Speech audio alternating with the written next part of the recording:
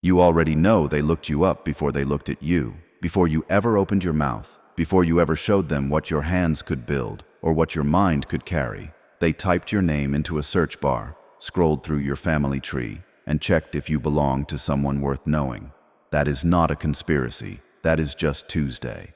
That is just the world operating exactly the way it was designed to operate, in favor of those who were born already holding the cards. And here you are, sitting across the table with nothing in your hand, being told the game is fair. The first thing you need to understand is that the game was never fair. And the second thing you need to understand is that this is actually very, very good news for you. Every system built on bloodlines is a system built on borrowed time. When a dynasty depends on a name instead of a nerve, when a throne is passed down instead of earned, what you are actually watching is a slow and beautiful collapse happening in real time. The people who inherited their positions did not develop the hunger that creates real power. They were handed a coat that someone else bled for, and now they walk around in it pretending the warmth belongs to them. But warmth borrowed is warmth that fades. And you, standing in the cold with nothing but your own fire, are building a heat that no one can take from you, because no one gave it to you in the first place. The world told you that not having a famous last name was your greatest weakness. The world was wrong. Connections rot. Nepotism decays. Every empire built on who you know instead of what you can do eventually eats itself from the inside. History is a graveyard full of dynasties that collapsed the moment the talent ran dry and the name was all that remained. What history is also full of, if you look carefully, are the names that came from nowhere. The names that no one sponsored. The names that had no safety net, no phone call to make, no favor to pull. Those names are the ones still echoing, because something built from scratch carries a different kind of weight. It carries the weight of every obstacle it survived to exist. There is a particular kind of pain that belongs only to the person who started with nothing. It is the pain of watching less capable people move faster than you simply because of who their father is. It is the pain of preparing harder, performing better, and still being passed over for someone whose only qualification was their last name. That pain is real. Do not let anyone tell you that it is not. But here is what that pain is doing while you are busy resenting it. It is sharpening you. Every time the door closed in your face because you lacked the right surname, your instincts got sharper, your strategy got colder, your resolve got quieter and deeper and more dangerous than anything a comfortable inheritance could ever produce. The people who checked your name and found nothing recognizable made a catastrophic mistake. They confused the absence of a legacy with the absence of ability. They looked at a blank page and assumed it meant an empty mind. But a blank page is not a sign of nothing. A blank page is where everything begins. The most terrifying document in the world is not the one already filled with someone else's history. It is the empty one sitting in front of someone who has been hungry long enough, patient long enough, and pushed down enough times to know exactly what they want to write. You are that person. And what you are about to write on that page is going to outlast every name they ever chose over yours. So let them check, let them search, let them look through every database, every family record, every social connection you have ever made. Let them discover that you are not related to anyone powerful, that no one paved your path, that no famous hand ever reached down to lift you up. Let them find nothing, because nothing is exactly where the most dangerous people always begin. The ones who had nothing to inherit had to build everything from the ground up, and what is built from the ground up has roots that go deeper than anything dropped from above. They checked your name and found no one. Good. Now show them what no one can become. Let me tell you something about the joke. The joke was never about you. The joke was never your lack of connections, your empty contact list, your absence of a powerful uncle who could make one phone call and change the direction of your entire life. The joke was always about the system. The joke was always about a world that built itself on the illusion of meritocracy while quietly handing the best seats to the children of the people who already owned the theater. They told you to work hard, and the doors would open. What they forgot to mention was that some doors have locks that only respond to a specific bloodline, and no amount of hard work was ever designed to open them. That is not your failure. That is the architecture of a rigged building. And the only rational response to a rigged building is to stop begging for a room inside it and start constructing your own. Nepotism does not announce itself. It does not walk into the room wearing a sign around its neck. It disguises itself as talent. It disguises itself as qualifications, as experience, as the subtle language of someone who just seemed like the right fit. You have sat in rooms where you were the most prepared person at the table and watched someone else get handed the opportunity because they laughed at the right jokes with the right people at the right dinner that you were never invited to. You felt that. You felt the specific sting of being overlooked, not because you were not enough, but because the decision had already been made before you ever walked through the door. That sting is not weakness. That sting is intelligence recognizing injustice. And intelligence that recognizes injustice does not stay still for long. Here is what the system does not want you to understand. The system is not as strong as it looks. It is not a fortress. It is a performance. A carefully maintained performance designed to make the people inside it look inevitable and the people outside it look unworthy. But performances require constant energy. They require everyone to keep believing in the illusion. The moment enough people stop believing, the moment enough people decide to build outside the walls instead of scratching at the gates, the performance loses its power. Every self-made person who rises is not just a personal victory. They are a crack in the foundation of a structure that was built to exclude them. You are not just building your own life. You are dismantling a lie every single time you refuse to let their system define your ceiling. The most dangerous thing you can do in a world that expects you to beg is to simply stop begging. Not with anger, not with protest, not with noise, but with the quiet and terrifying decision to redirect every ounce of energy you were spending on seeking their approval into building something they cannot ignore. Approval seeking is a tax that the system charges people who believe they need the system to survive. Stop paying it. The moment you stop asking for a seat at their table and start building a table that others want a seat at, the entire power dynamic shifts in a way that no amount of nepotism can reverse. They can hand opportunities to their children. They cannot hand them the thing you are building in the dark. There is a specific kind of clarity that comes to a person who has been rejected by a corrupt system enough times. It is not bitterness, though it is often mistaken for bitterness. It is focus. It is the absolute elimination of every illusion you once had about how the world was supposed to work, replaced by a cold and precise understanding of how it actually works.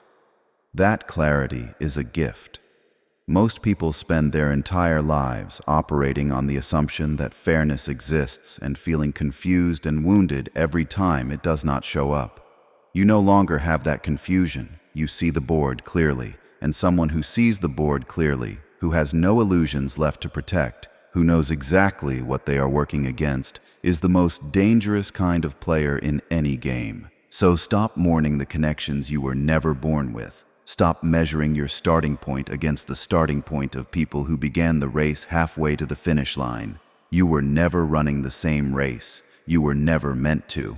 The race they are running is a performance for an audience that is slowly losing interest. The thing you are building has no audience yet because it is not finished yet. But when it is finished, when it is standing, when it is real and undeniable and impossible to dismiss, they will not ask who your father is. They will ask how you did it, and that question is the only one that has ever been worth answering. Nobody built themselves in the light. That is the part they never put in the motivational posters, the part they never include in the highlight reels, the part that gets edited out of every success story before it gets packaged and sold to people who are still in the middle of their own darkness, wondering why their process does not look like the pretty version they were shown. The truth is that every person who ever built something real, something that came entirely from their own hands and their own mind and their own refusal to quit, built it in a place where nobody was watching, nobody was clapping, and nobody was offering to help carry the weight. They built it in silence. They built it in doubt. They built it in the specific and crushing loneliness that comes with doing something that the people around you cannot yet see or understand or believe in. That loneliness is not a sign that you are on the wrong path. That loneliness is the price of admission to a destination that most people never reach. There is a version of struggle that looks heroic from the outside, the kind of struggle that has an audience, that gets acknowledged, that earns sympathy and support, and people in your corner telling you to keep going. That is not the struggle that builds the deepest kind of power. The struggle that builds the deepest kind of power is the invisible kind. The kind that happens at 2 in the morning when no one knows you are awake. The kind that happens when you fail at something and there is no one there to witness the failure and no one there to help you process it, and you have to pick yourself up using nothing but the conversation you have with yourself in that silent room. That is where character is actually manufactured, not in the moments of public triumph, but in the private moments of private collapse and private reconstruction that no audience ever sees. Most people are waiting for conditions to improve before they begin. They are waiting for the right resources, the right support, the right moment when enough things align that starting feels safe and reasonable and likely to succeed. What they do not understand is that the conditions will never be perfect, and that waiting for perfect conditions is just fear wearing the costume of patience. The people who built themselves from nothing did not wait. They began in the worst conditions, with the least resources, with the most reasons to believe it was not going to work. They began anyway, not because they were fearless, but because they eventually understood that the fear was never going to disappear, and that the only way forward was to move while carrying it, to build while shaking, to keep going, while every rational thought in their head was composing a very reasonable argument for stopping. The darkness of the process is not something to be escaped, it is something to be used. When you are building in a place where no one can see you, something very important happens. You stop performing, you stop building for an audience, and start building for the outcome. Every decision you make in the dark is a decision made without the corruption of other people's opinions, without the pressure of external validation, without the constant temptation to adjust your vision to make it more palatable to people who do not share it. The dark is where your most honest work happens. The dark is where you find out what you actually believe, what you are actually capable of, what you actually want, when no one is watching and no reward is guaranteed. Most people are too afraid to work in the dark. That is exactly why the dark belongs to you. Self-construction is the most violent and the most beautiful process a human being can go through. It is violent because it requires the destruction of every false version of yourself that you built to survive other people's expectations. Every identity you adopted to fit in, every ambition you shrunk to avoid making others uncomfortable, every authentic impulse you suppressed to keep the peace, all of it has to be torn down before the real structure can go up. And that demolition is painful in a way that is very difficult to explain to someone who has never done it. It feels like loss before it feels like freedom. It feels like falling before it feels like flying. And most people, when they feel the falling, stop the process and rebuild the old false structure, because at least the false structure felt familiar. You are not most people. You already know the false structure is not worth keeping. You already know that the comfortable version of yourself that everybody approved of was a performance that was slowly hollowing you out from the inside. The real version of you, the one being built right now in the silence and the struggle and the invisible hours of unglamorous work, is heavier and harder and more inconvenient than the performance. But it is yours. It is completely and entirely yours. No one helped design it. No one gets credit for it. No one can take it away because no one gave it to you. That is what self-made actually means.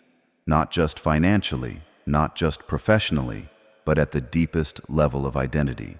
You made yourself. in the dark, alone. And that is the kind of power that no last name, no inheritance, and no connection in the world can replicate or replace. Chaos is the only fair playing field that has ever existed.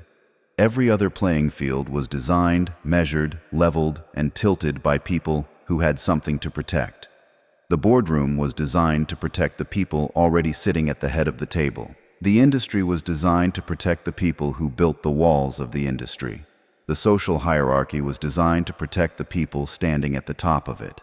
Every structured system you have ever tried to enter was structured specifically to make your entry as difficult as possible, while making the entry of the already privileged as seamless and invisible as a key sliding into a lock it was custom made for. But chaos answers to none of that. Chaos does not check credentials. Chaos does not ask for references. Chaos does not care whose son you are, or whose dinner table you sat at, or whose name you carry like a golden ticket into rooms that were never meant to hold you. Chaos is the great equalizer, and the people who were never given equal footing anywhere else have always done their best and most terrifying work inside it. Think about every major shift in history, every moment when the order of things was violently rearranged, every period when old power structures crumbled and new ones rose to replace them. Who thrived in those moments? It was never the people who were most invested in the old system. The people most invested in the old system lost the most when it collapsed, because they had built their entire identity and security around something that no longer existed. The people who thrived were the ones who had nothing to lose, the ones who had already been living outside the system, already been surviving without its protection, already been building in the margins where no one was paying attention. When the chaos came, they were already fluent in it. They were already adapted to uncertainty in a way that the comfortable and the connected had never needed to be. Your history of being excluded was not a disadvantage. It was preparation. Having nothing to lose is a superpower that the privileged cannot buy, cannot inherit, and cannot manufacture, no matter how many resources they throw at the problem. There is a psychological freedom that belongs exclusively to the person who has already lost everything that was supposed to matter, or who never had it in the first place. When you have nothing to protect, your decision-making becomes clean. You do not hesitate out of fear of losing what you have. You do not compromise your vision to preserve a comfort that does not exist. You do not make small and cautious moves to protect a position that no one ever gave you. You move with a recklessness that looks like courage from the outside, but feels like simple logic from the inside. Because when the worst-case scenario is simply the situation you are already in, the risk calculus changes completely. You become capable of bets that the comfortable cannot afford to make. And those bets, the ones made with nothing and everything simultaneously, are the ones that change the entire direction of a life. The most powerful version of you is not the version that finally gets accepted into the system. It is not the version that finally earns the approval of the gatekeepers or gets handed a seat at the table that spent years refusing to acknowledge your existence. The most powerful version of you is the version that became so comfortable in the chaos that the system started to feel irrelevant. There is a point in the journey of every truly self-made person where the door they spent years trying to open stops mattering because they built a house so large that the door looks small. That shift does not happen because the system changed. It happens because you changed. It happens because you stopped measuring your worth by the standards of a structure that was never designed to measure you accurately and started operating by a completely different set of rules that you wrote yourself in the middle of the chaos. Pressure is the language of chaos, and you need to become fluent in it. Every moment of pressure you have survived without a safety net, without a backup plan, without someone powerful enough to catch you if you fell, has been a lesson in a language that most people never learned because they never had to. The person who learned to function under pressure without resources is capable of things that the person who always had resources cannot even conceptualize. You have been in situations that should have broken you. You have carried weight that was never distributed fairly. You have navigated uncertainty with a steadiness that came not from confidence, but from the simple fact that you had no other option. That steadiness is now part of your architecture.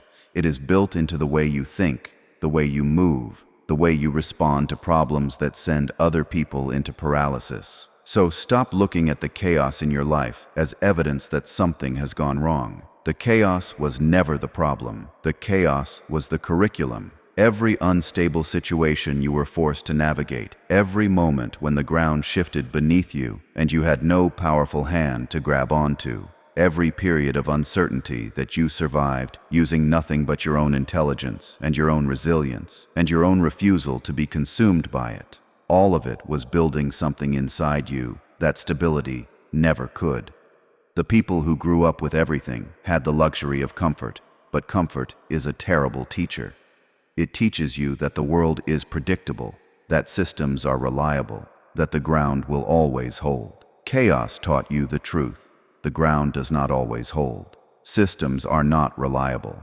And you can survive anyway. You can build anyway. You can rise anyway.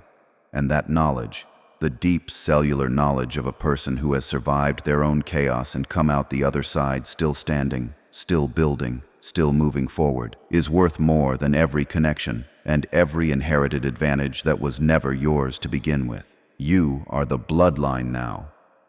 Let that land. Let that settle into every part of you that was ever made to feel small because of where you came from, because of who your parents were, because of the neighborhood that raised you, or the school that could not afford to prepare you, or the circumstances that stacked themselves against you before you were old enough to understand what circumstances even were. Every dynasty that ever intimidated you, every family name that ever made you feel like an outsider looking through a window at a world that was not built for you, every legacy that ever made you feel like you were already behind before the race began. None of it matters anymore, because you are not trying to join their bloodline. You are starting your own. And the bloodline you start from nothing, from pure will and pure hunger and pure refusal to accept the story that was written for you before you had a voice, is the most powerful kind of bloodline that has ever existed on this earth. Understand what it means to be the first. The first in your family to reach a certain height does not just change your life. It changes the trajectory of every life that comes after you. It rewrites the expectations of everyone who shares your blood. It demolishes the invisible ceiling that has been sitting above your family for generations, the unspoken agreement with limitation that gets passed down not through words, but through behavior, through the quiet acceptance of less, through the way your parents and their parents before them learned to shrink themselves to fit inside spaces that were never designed to hold their full size.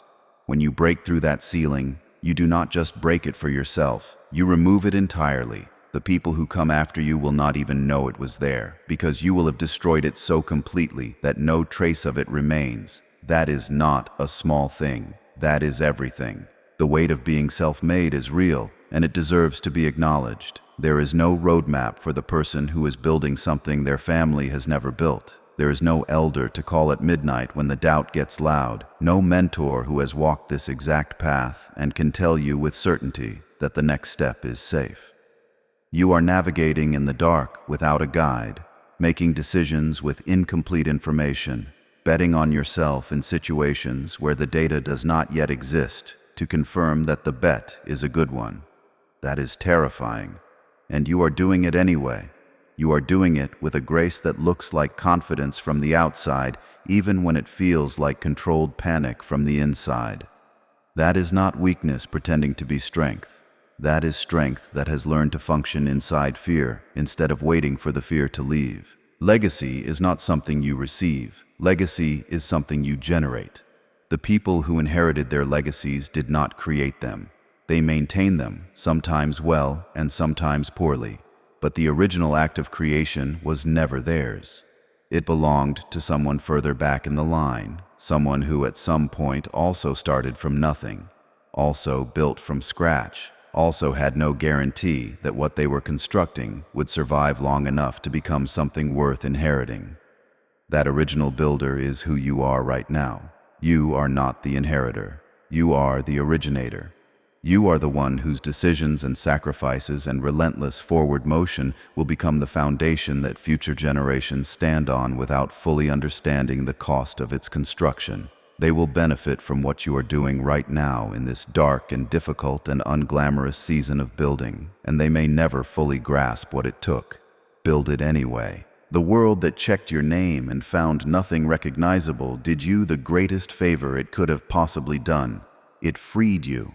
It freed you from the obligation of maintaining someone else's image, from the pressure of living up to someone else's achievement, from the identity cage of being known only as an extension of another person's greatness. You are not an extension. You are an origin. You are the beginning of something that did not exist before you decided to create it, something that carries your specific fingerprint, your specific suffering, your specific brand of intelligence that was forged in conditions that no comfortable upbringing could have produced. That is not a consolation prize for having started with nothing. That is the actual prize, the thing that makes what you are building irreplaceable and unrepeatable and entirely, completely, permanently yours. So carry your name like it already means something, because it does. Not because someone famous wore it before you. Not because it opens doors on its own, not because it comes attached to a history of wealth or influence or social capital that the world was trained to recognize and respect. Carry it like it means something because you are in the process of making it mean something. Every day that you continue, every obstacle that you outlast, every version of giving up that you refuse, every moment where you chose to keep building when stopping, would have been so much easier and so much more understandable. All of it is being written into the meaning of your name in real time. They searched for your name and found no history. You are the history. You are the story that is still being written, the legacy that is still being built, the bloodline that started with you and will carry forward because of you. That is not a small beginning.